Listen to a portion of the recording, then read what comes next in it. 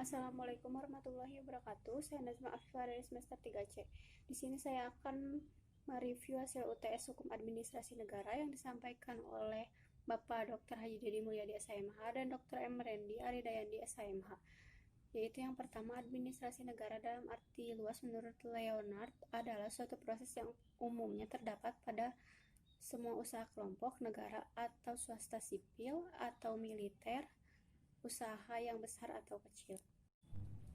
2. Peradilan tata usaha negara memiliki kewenangan untuk memeriksa, memutus dan menyelesaikan sengketa di bidang tata usaha negara dan memeriksa objek sengketa yaitu keputusan tata usaha negara Undang-Undang Nomor 30 Tahun 2014 tentang Administrasi Pemerintahan menambah kewenangan PT UN serta peluasan objek sengketa.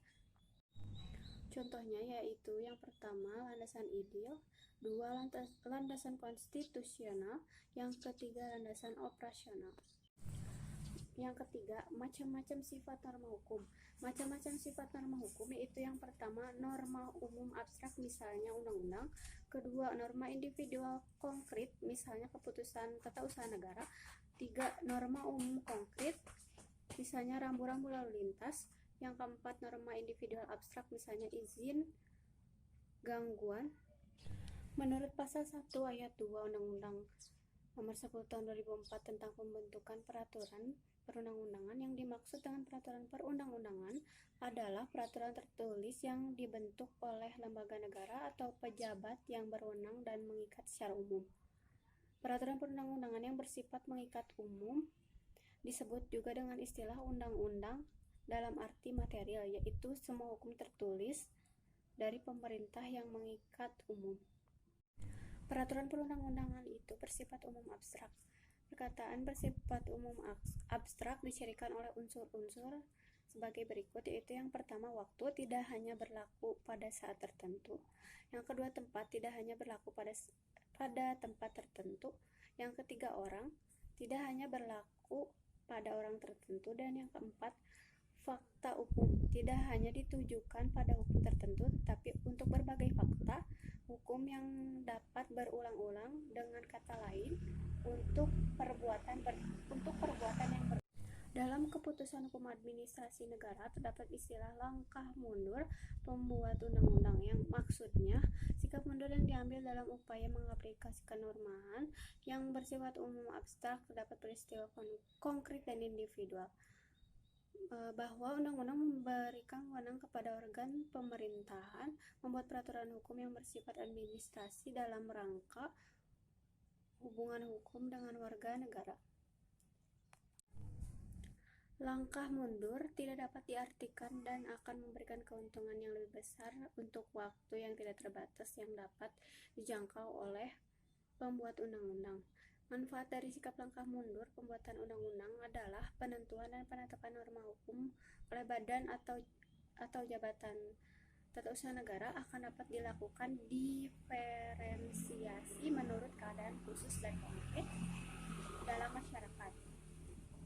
Terhadap langkah mundur ini ada 3 sebab, yaitu yang pertama, keseluruhan hukum administrasi negara demikian luasnya, sehingga tidak mungkin bagi pembuat undang-undang untuk mengatur seluruhnya dalam UU formal. Yang kedua, norma hukum administrasi negara harus disesuaikan dengan tiap perubahan-perubahan keadaan yang terjadi sehubung dengan kemajuan dan perkembangan teknologi yang tidak mungkin diikuti oleh pembuat undang-undang dengan mengatur dalam UU formal. 3. Di samping itu, tiap kali diperlakukan peraturan lebih lanjut, hal ini selalu berkaitan dengan penilaian dari segi teknis yang sangat mendetail, sehingga tidak sewajarnya harus dimuat dalam UU yang harus mengaturnya. Akan lebih cepat dilakukan dengan mengeluarkan peraturan-peraturan atau keputusan-keputusan tata usaha negara yang lebih rendah tingkatannya seperti Kepres, peraturan menteri, dan sebagainya. Yang kelima, atribusi adalah pemberian wewenang pemerintah oleh pembuat undang-undang kepada organ pemerintah. Contoh kewenangan yang dimiliki oleh pemerintah daerah dalam melaksanakan penyelenggaraan pelayanan kepada masyarakat. Delegasi adalah pelimpahan wewenang pemerintah dari suatu organ pemerintah kepada organ pemerintah lainnya. Contohnya, pemberian kewenangan dari kepala daerah kepada kepala dinas atau camat dalam melaksanakan pelayanan kepada masyarakat. Yang mandat terjadi ketika organ pemerintah mengizinkan kewenangan dijalankan oleh organ lain atas namanya.